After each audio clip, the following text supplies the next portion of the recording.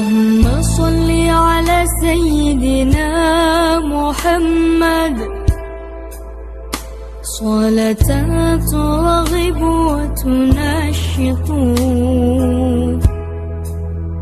وتحمس بها الجهة لإحياء وإعلاء دين الإسلام، وتحمس بها الجهة لإحياء وإعلاء دين الإسلام. اللهم صل على سيدنا محمد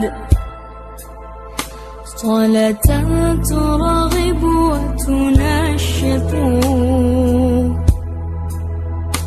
وتحمس بها الجهة لإحياء وإعلاء دين الإسلام، وتحمس بها الجهة لإحياء وإعلاء دين الإسلام،